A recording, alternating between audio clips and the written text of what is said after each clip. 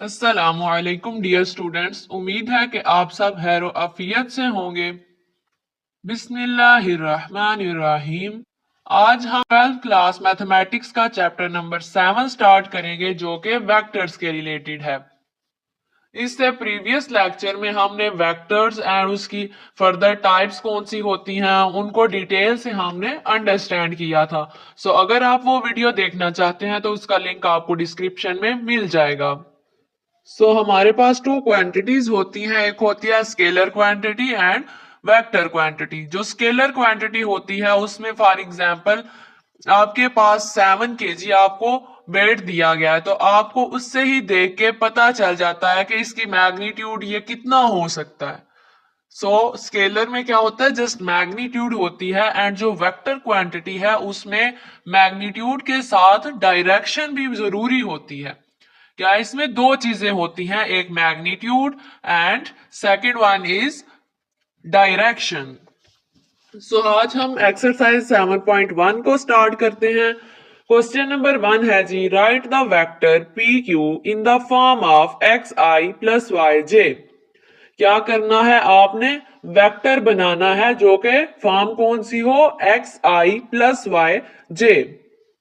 Vector को show कैसे करते हैं, एक जो वेक्टर है ना, फॉर एग्जांपल v है तो उसका वेक्टर हमने बनाना है, तो उसको शो करने के लिए v के ऊपर हम एक लाइन लगा के एरो हेड जो होता है वो उसके आगे लगा देंगे। या फिर दूसरा क्या है कि v के नीचे जस्ट लाइन लगा दें।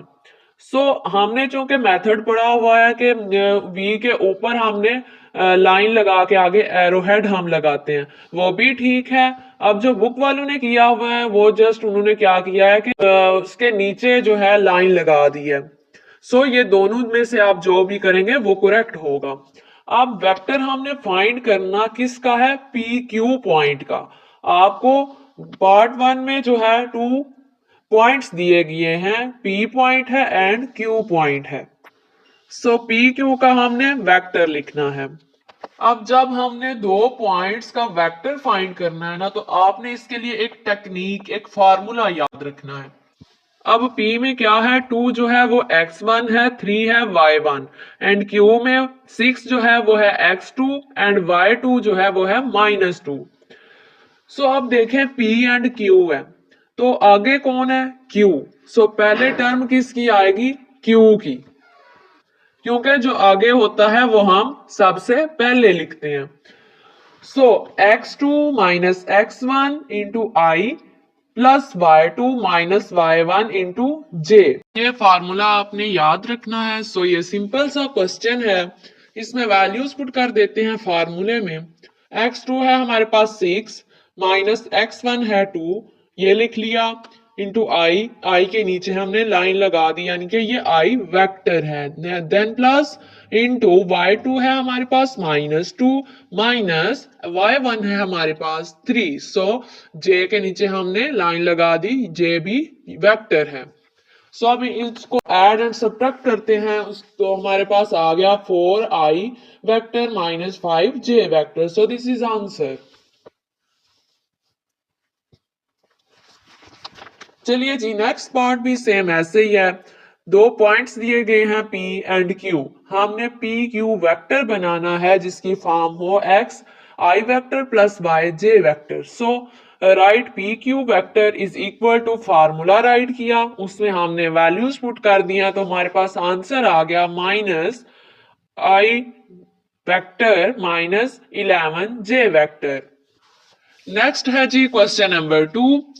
Given statement is that find the magnitude of vector u। अब क्या फाइंड करना है, हमने u वेक्टर की मैग्नीट्यूड फाइंड करनी है। मैग्नीट्यूड जो बेसिकली है ना, वो क्या होती है, उसका फार्मूला जो है वो इक्वल है square root X square plus Y square plus Z square. अब यहाँ पर 2 डायमेंशनल है तो हम X square plus Y square तक ही यूज करेंगे। हमने मैग्नीट्यूड लिख लिया। अब हमें चाहिए किसका मैग्नीट्यूड, u का मैग्नीट्यूड चाहिए, तो हम क्या करेंगे, u वेक्टर का magnitude is equal to square root. अब देखें x और y क्या है। x है i वेक्टर के साथ जो टर्म है और जो टर्म है वो j वेक्टर के साथ है। सो x है 2 एंड y है -7। सो ये वैल्यूज हमने पुट कर ली तो हमारे पास जो मैग्नीट्यूड आई है वेक्टर u की वो आई है स्क्वायर रूट 53। नेक्स्ट पार्ट 2 है।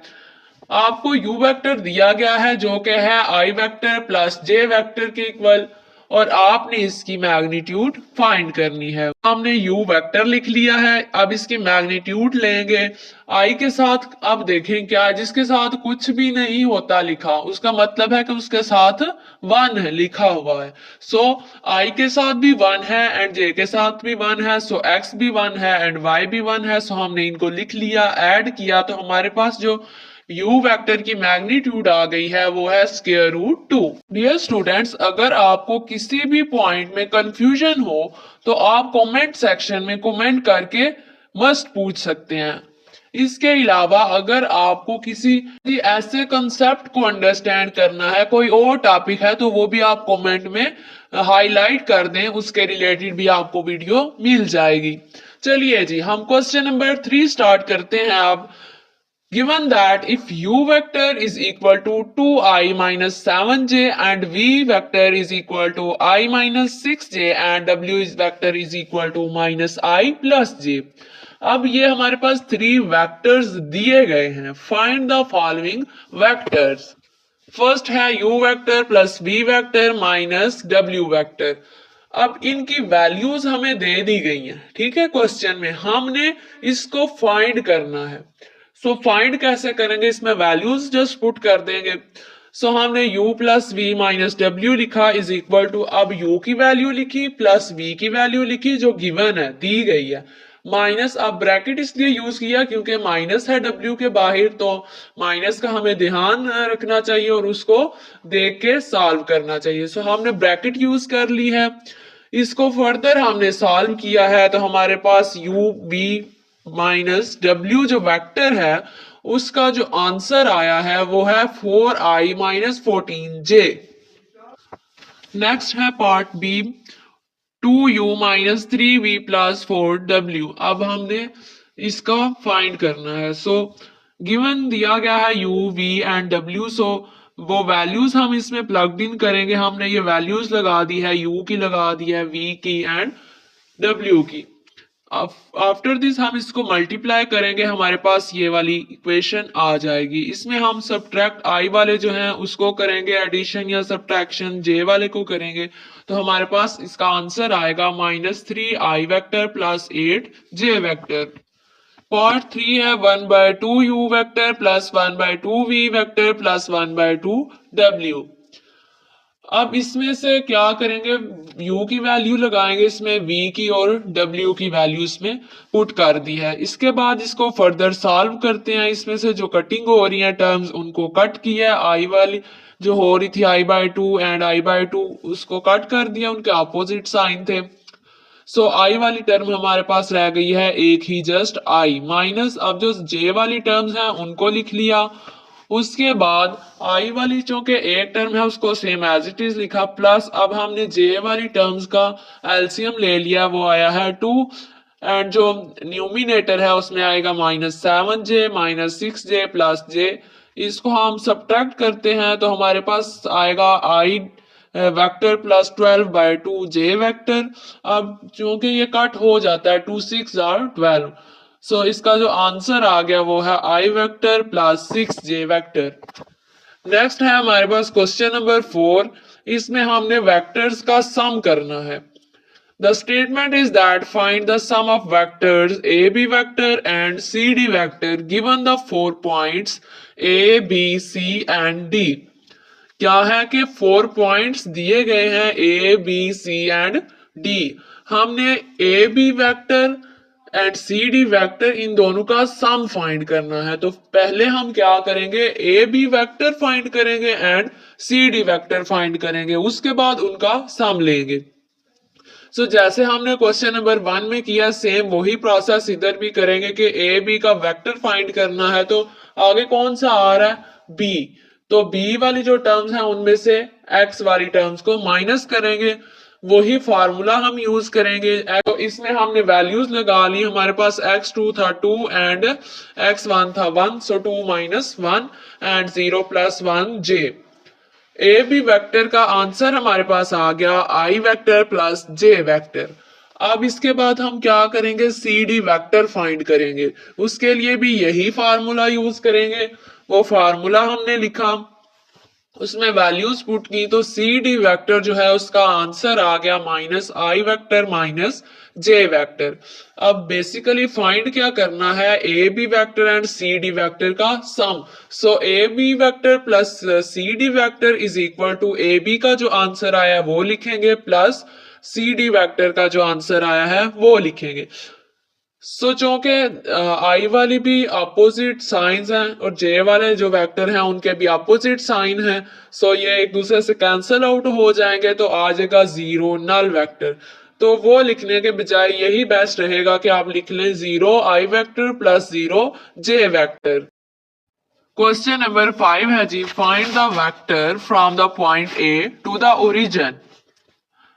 हमने क्या फाइंड करना है, ए से ओरिजिन जो वेक्टर है वो फाइंड करना है।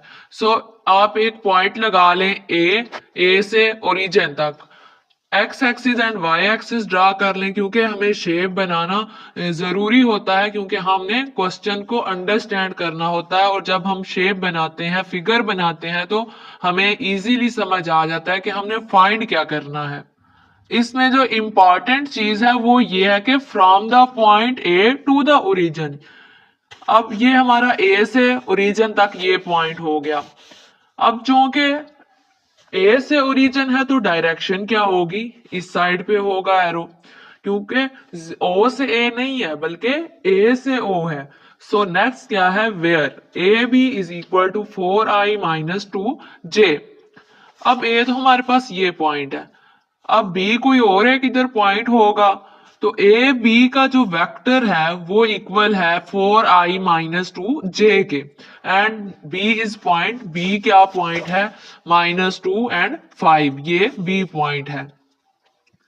अब दो वेक्टर बन रहे हैं, एक ओ से बी बन रहा है और एक ओ से ए बन रहा है, ऑब्वियसली बात है। अब हमने ए बी का रिजल्टेंट फाइंड करना होता है। जब जो फार्मूला होता है वो ये होता है कि ओ से बी, अब देखें ए से ए बी वेक्टर फाइंड करना है, बी आगे आ रहा है, तो पहले क्या आएगा, ओ बी माइनस ओ ए वेक्टर आएगा।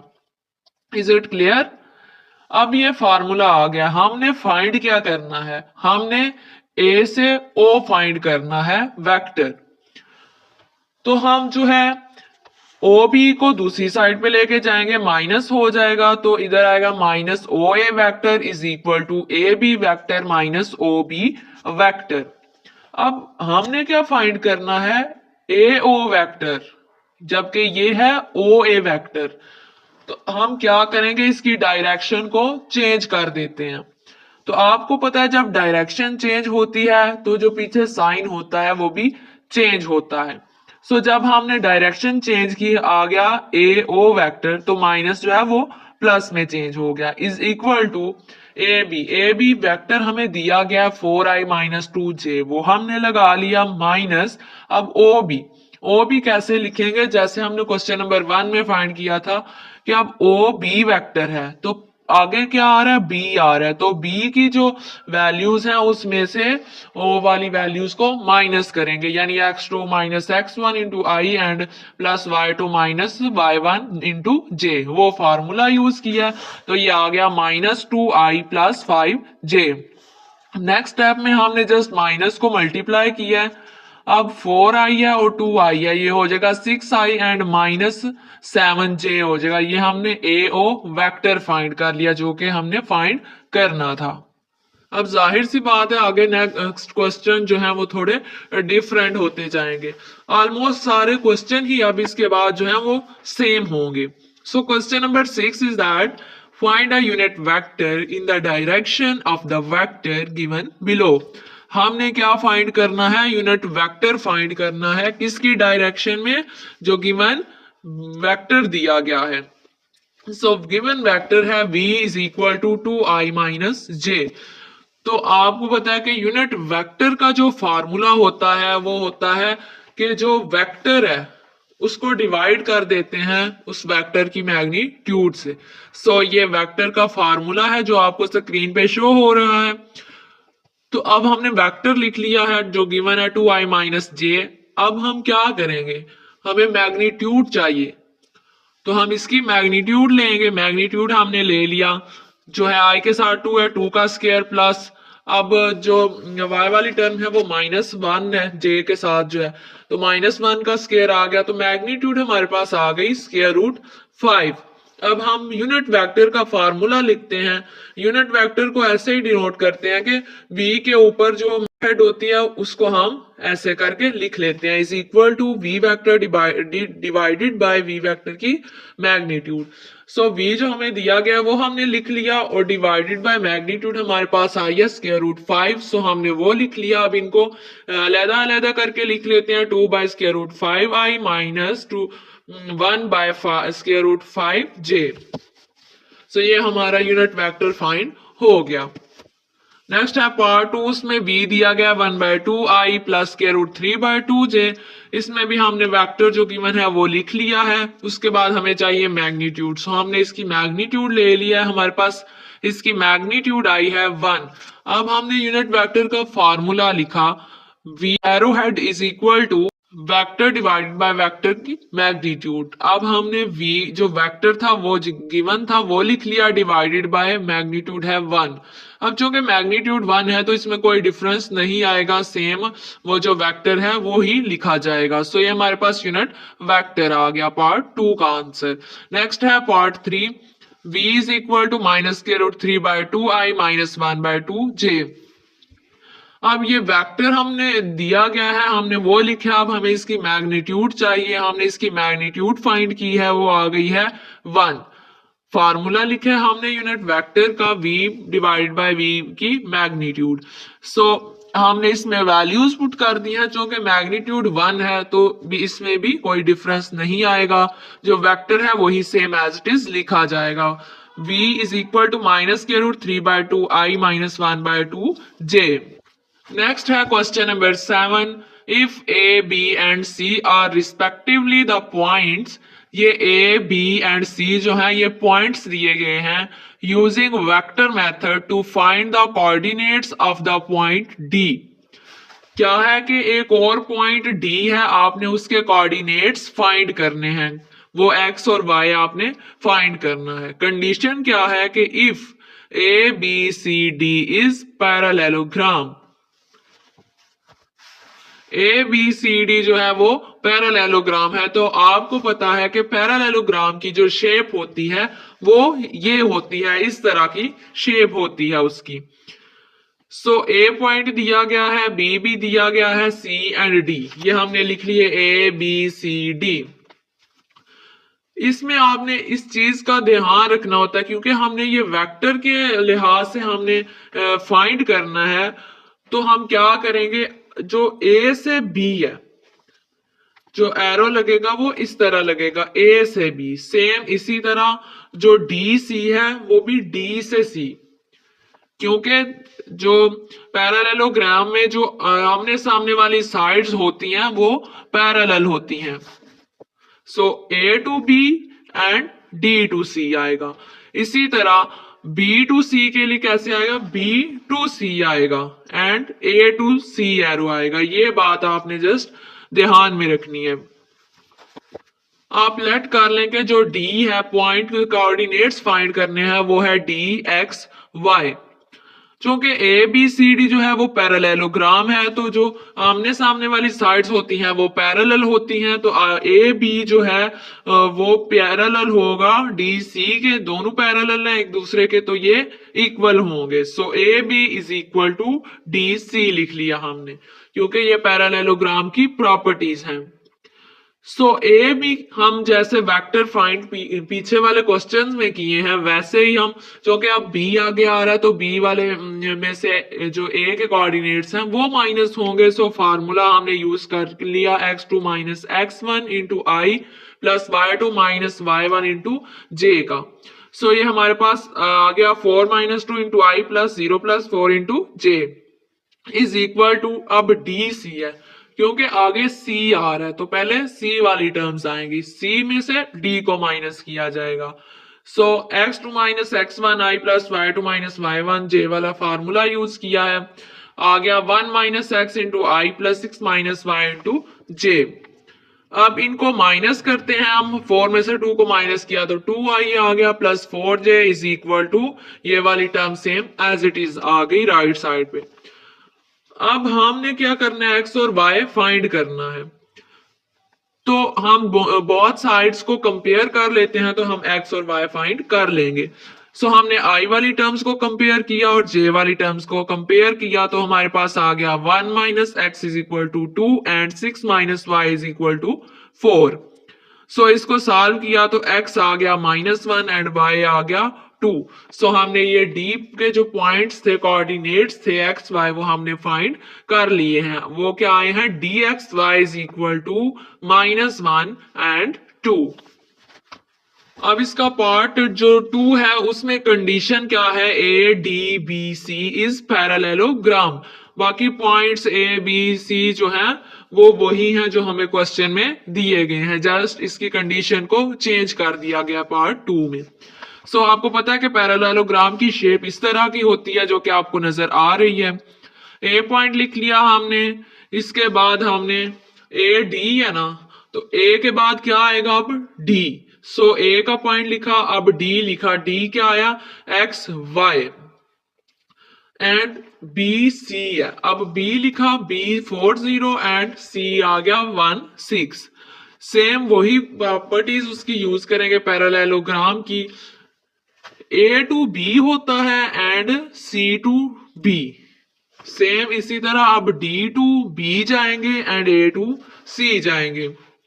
सो ये एरो हमने लगा ली क्योंकि हमने वेक्टर के लिहाज से फाइंड करना है तो इसलिए हमने ये वेक्टर्स की डायरेक्शन लगा ली। अब उसी की प्रॉपर्टी हमने यूज किया पैरेललोग्राम की, क्योंकि आमने सामने वाली साइड्स जो हैं वो पैरेलल होती हैं। सो ए डी इक्वल होगा सी बी के। अब ए डी है तो इस वेक्टर फाइंड करना है तो इसके लिए भी वही फार्मूला हम यूज करेंगे। सो वो फार्मूला यूज किया, x minus 2i plus y plus 4j आ गया इज इक्वल टू, अब सी बी है, पहले आगे क्या आ रहा है b, तो b में से c के कोऑर्डिनेट्स को माइनस किया जाएगा। सो 4 माइनस 1 इंटू आई प्लस 0 माइनस 6j आ गया। अब जो लेफ्ट साइड पे टर्म्स हैं वो तो सेम एज इट इज ही रहेंगी, इज इक्वल टू जो राइट साइड पे टर्म्स हैं वो उनको माइनस किया तो आ गया 3i माइनस 6j। अब सेम वही सेम क्वेश्चन है, हम इसको कंपेयर कर लेंगे i वाली टर्म्स को एंड j वाली टर्म्स को, तो हमारे पास x and y coordinates find हो जाएंगे। सो ये हमने कंपेयर किया, आ गया x minus 2 is equal to 3 and y plus 4 is equal to minus 6। इसको फर्दर सॉल्व किया तो x इक्वल टू आ गया 5 के एंड y इक्वल आ गया -10 के। ओके जी स्टूडेंट्स, अब हम क्वेश्चन नंबर 8 को सॉल्व करना स्टार्ट करते हैं।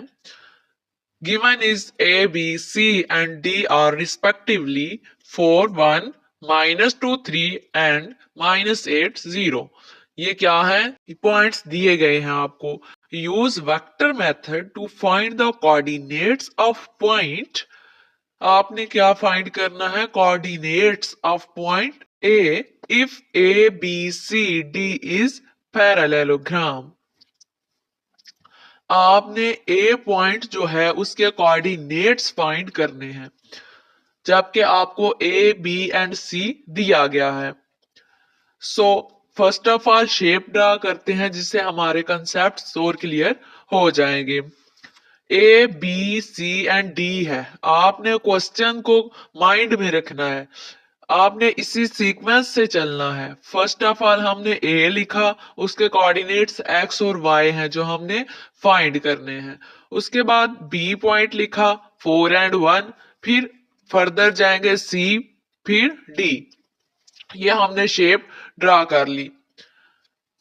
अब हमने ए के कोऑर्डिनेट्स फाइंड करने हैं, तो हम लेट कर लेते हैं कि जो पॉइंट है हमारा रिक्वायर्ड वो है ए एक्स वाई कोऑर्डिनेट्स हम फाइंड करेंगे। क्योंकि ए बी सी डी जो है वो पैरेललोग्राम है, तो सामने वाली साइड्स हैं वो पैरेलल हैं। सो ए बी जो है वो जब पैरेलल होती हैं तो मतलब कि ये दोनों इक्वल हैं। सो ए बी इक्वल है डी सी के। अब ए बी वेक्टर फाइंड करना है और D C vector formula use करेंगे x2 माइनस x1 इंटू आई plus y2 minus y1 into J का। सो ये फार्मूला यूज किया हमने बोथ साइड्स पे। फार्मूला यूज करने के बाद नेक्स्ट हम क्या करेंगे, कंपेयर करेंगे बोथ साइड्स पे, तो हमारे पास x और y कोऑर्डिनेट्स फाइंड हो जाएंगे। सो ये हमने कंपेयर कर लिए हैं। x को सॉल्व किया है फर्दर, तो x की हमारे पास वैल्यू आ गई है -2 एंड y को वाली जो इक्वेशन आई है उसको फर्दर सॉल्व किया है तो उसका हमारे पास आंसर आ गया है -2। सो जो एक्स वाई कोऑर्डिनेट्स थे ए पॉइंट के वो क्या आ गए हैं, -2 and -2। Next in part B, इसमें क्या है कि ई आपने कोऑर्डिनेट्स जो ई के हैं वो फाइंड करने हैं, जबकि ए ई बी डी जो है वो पैरेललोग्राम है। अब आपने इसी सीक्वेंस से चलना है जैसे आपको इसमें क्वेश्चन दिया गया है कि पहले ए फिर ई फिर बी एंड डी। सो हम इसकी फिगर जो है वो ड्रा करते हैं। हमने ये इसकी फिगर ड्रा कर लिया, ए का पॉइंट लिखा जो भी हमने पीछे फाइंड किया है, ठीक है। ये हमने ए लिख लिया और ई जो है चूंकि हमने फाइंड करना है ई लिखा, फिर उसके बाद क्या है बी है, उसके बाद डी। अब सिंस ए ई बी डी जो है वो पैरेललोग्राम है तो इसमें जो है सामने वाली साइड्स जो है वो इक्वल हैं। सो ए ई इक्वल होगा डी बी के। सो सेम हम फार्मूला यूज करके जो है ए ई वेक्टर और डी बी वेक्टर फाइंड कर लेते हैं। सो हमने ये फार्मूला यूज कर लिया और हमारे पास आ गया x plus 2 into I plus y plus 2 into J is equal to 12i plus j. Next हम इसको कंपेयर करेंगे बोथ साइड्स को। कंपेयर किया तो एक इक्वेशन आ गई x plus 2 is equal to 12 and जो सेकंड इक्वेशन है वो आ गई है हमारे पास y plus 2 is equal to 1। अब इनको सॉल्व किया है तो x की वैल्यू आई है 10 एंड y की वैल्यू आई है -1। सो जो हमने e के कोऑर्डिनेट्स फाइंड करने थे x y वो आ गए हैं 10 एंड -1। चले जी, अब हम क्वेश्चन नंबर 9 को सॉल्व करना स्टार्ट करते हैं। If O is the origin and OP vector is equal to AB vector, find the point P when A and B are -3 and 7 and 1 and 0 respectively। O क्या है, वो origin है यानी 0 0 है एंड OP वेक्टर इक्वल है AB vector के।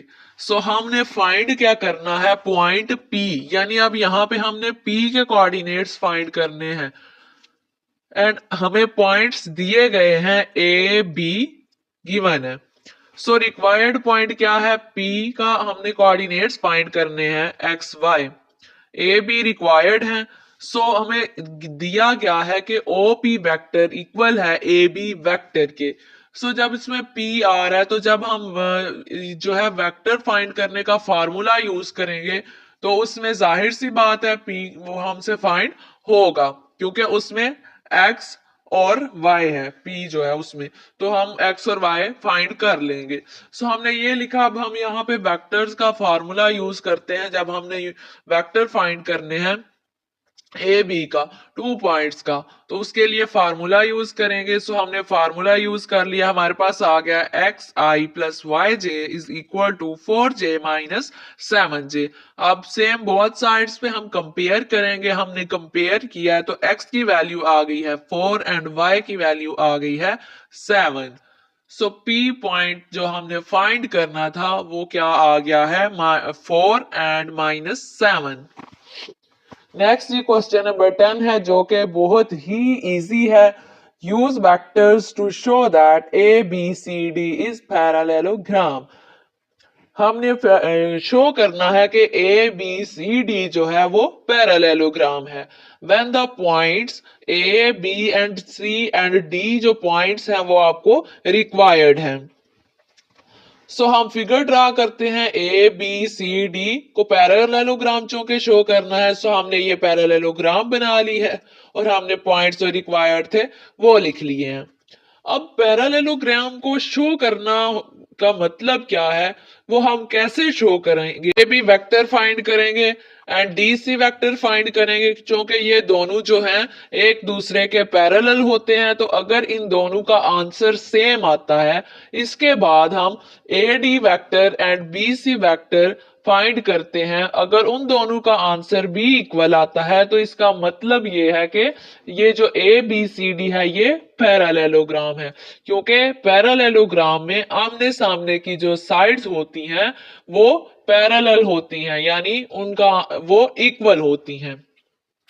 सो A B vector find करते हैं हम, वही सेम फार्मूला वही यूज होगा जब टू पॉइंट्स का वेक्टर्स फाइंड करना होगा। सो हमने ये फार्मूला यूज कर लिया, a minus zero into I plus zero minus zero J आ गया। तो ए बी वेक्टर जो है वो इक्वल आ गया ए आई प्लस जीरो जे के।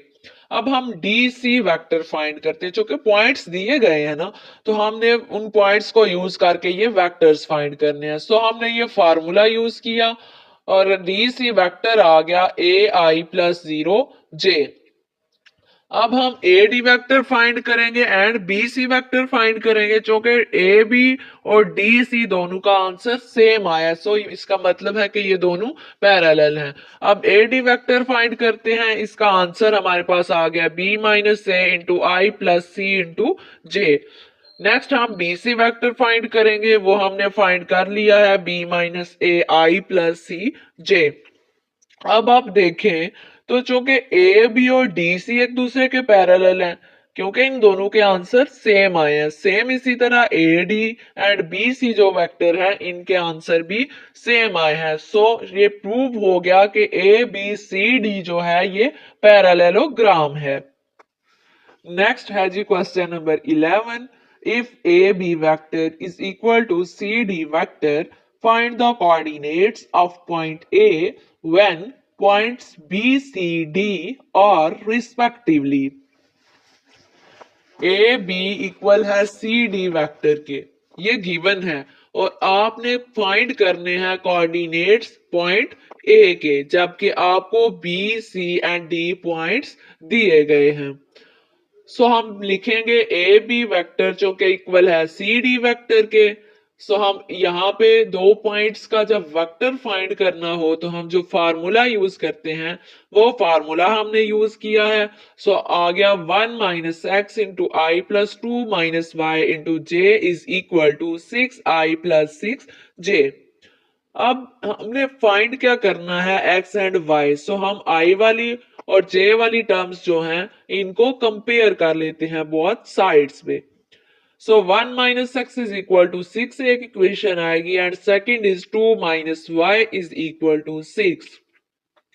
एक्स इक्वल आ गया -5 के एंड वाई इक्वल आ गया -4 के। Question number 12। Find the position vectors of the point of division of the line segment. क्या है कि एक लाइन सेगमेंट है और उसका एक पॉइंट डिवीजन वाला है जो डिवाइड कर रहा है लाइन सेगमेंट को दो हिस्सों में, यानी कि रेशो में डिवाइड कर रहा है, पी क्यू रेशो है ये। सो हम इस पॉइंट को ए का नाम देते हैं और इस पॉइंट को बी का नाम देते हैं और ये क्या है, ओरिजिन है ओ। अब ओ से ए तक पोजीशन वेक्टर जो है उसको हमने ए वेक्टर का नाम दिया है। सेम इसी तरह ओ बी पोजीशन वेक्टर को हमने बी वेक्टर का नाम दिया है। और आर क्या है, वो जो इस लाइन सेगमेंट को डिवाइड कर रहा है। सो ओ से आर तक जो पोजीशन वेक्टर है उसको हमने आर वेक्टर का नाम दिया है। नेक्स्ट आगे क्वेश्चन में रेशियो दी गई है, उसको हमने सॉल्व करना है। तो जो ये O से R पोजीशन वेक्टर है R, उसको हमने कैसे फाइंड करना है, वो ये फार्मूला है कि R vector is equal to Q A plus P B divided by P plus Q. ये फार्मूला समझते हैं कि ये कैसे है। अब ये जो रेशो है P एंड Q, जो Q है वो मल्टीप्लाई होगा A वेक्टर से प्लस P जो है वो B वेक्टर से मल्टीप्लाई होगा। मतलब ये कि क्रॉस मल्टीप्लीकेशन हो रही है, अगर ये आप फिगर को अंडरस्टैंड करें। डिवाइडेड बाय क्या है, P plus Q। So first part is that point C with position vector 2i minus 3j and point D with position vector 3i plus 2j in the ratio 4:3।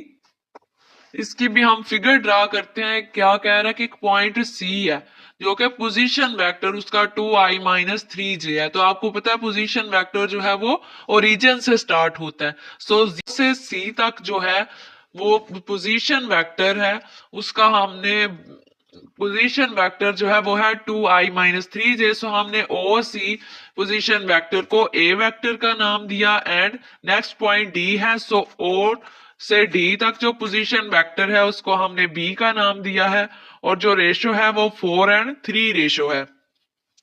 And ओ से are तक का जो position vector है उसको हमने are का नाम दिया है। तो जब ओ सी को हमने ए वेक्टर का नाम दिया है तो जो इसका पोजीशन वेक्टर ओ सी का 2i-3j है, इसका मतलब है कि जो ए है वो भी इक्वल है 2i-3j के and O D position vector जो है वो इक्वल है 3i प्लस 2j के और इसको हमने बी का नाम दिया। सो बी भी इक्वल है 3i प्लस 2j के। अब हम फार्मूला लिखते हैं R is equal to Q A plus P B divided by P plus Q. अब Q आपको रिक्वायर्ड है वो क्या है 3 एंड A क्या है वो 2i-3j है, वो हमने लगाया प्लस 4। अब P इक्वल है 4 के तो यहाँ पे आएगा 4 एंड B लगाया 3i plus 2j divided by P क्या है 4 एंड Q क्या है 3, इनको ऐड किया।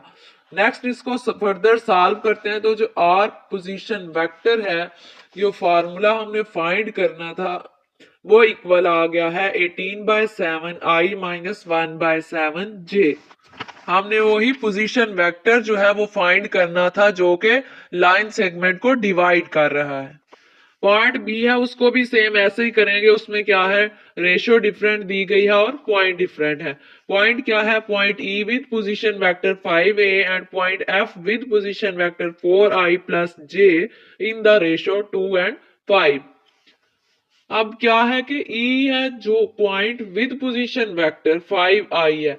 सो ओ ई जो पोजीशन वेक्टर है वो 5i है एंड O से F जो पोजीशन वेक्टर है वो क्या है 4i प्लस j और रेशियो क्या है 2 and 5। So O E position vector को ए का नाम दिया और ए भी फिर इक्वल होगा 5i के, चूंकि पोजीशन वेक्टर ई जो है वो भी इक्वल है 5i के। ओ एफ का जो पोजीशन वेक्टर है उसको हमने बी का नाम दिया है और वो किसके इक्वल है 4i प्लस j के।